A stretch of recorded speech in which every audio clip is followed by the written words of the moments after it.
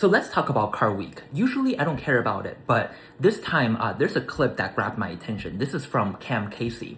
It was a clip of a Karen just basically charging at them, yelling like, hey, how dare you guys speeding through the neighborhood, being so loud. There's women and children living here, right? So this is the exact rhetoric that I call the Karen rhetoric.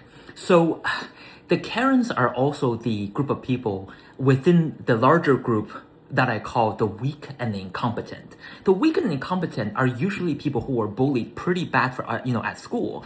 So they spend the rest of their life trying to figure out how to manipulate the public's emotions. And they always want to turn the tables, right? And I'll give you one example.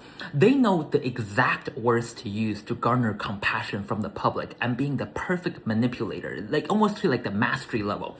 They always say women, children, and the weak, right? So for example, that Karen right there was like, oh, how dare you do this here? Like there's women and children living here. I'm like, rather than telling Cam Casey, hey, I just don't like cars, I hate cars, she strategically uses women and children to turn the conversation and make it a moral one, making you feel bad for harming the weakest members of the society.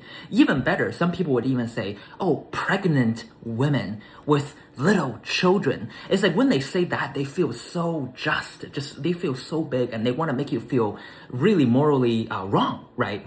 And so you see like parents jaywalking with their kids. I mean, and then let's say you come around like a blind corner, right?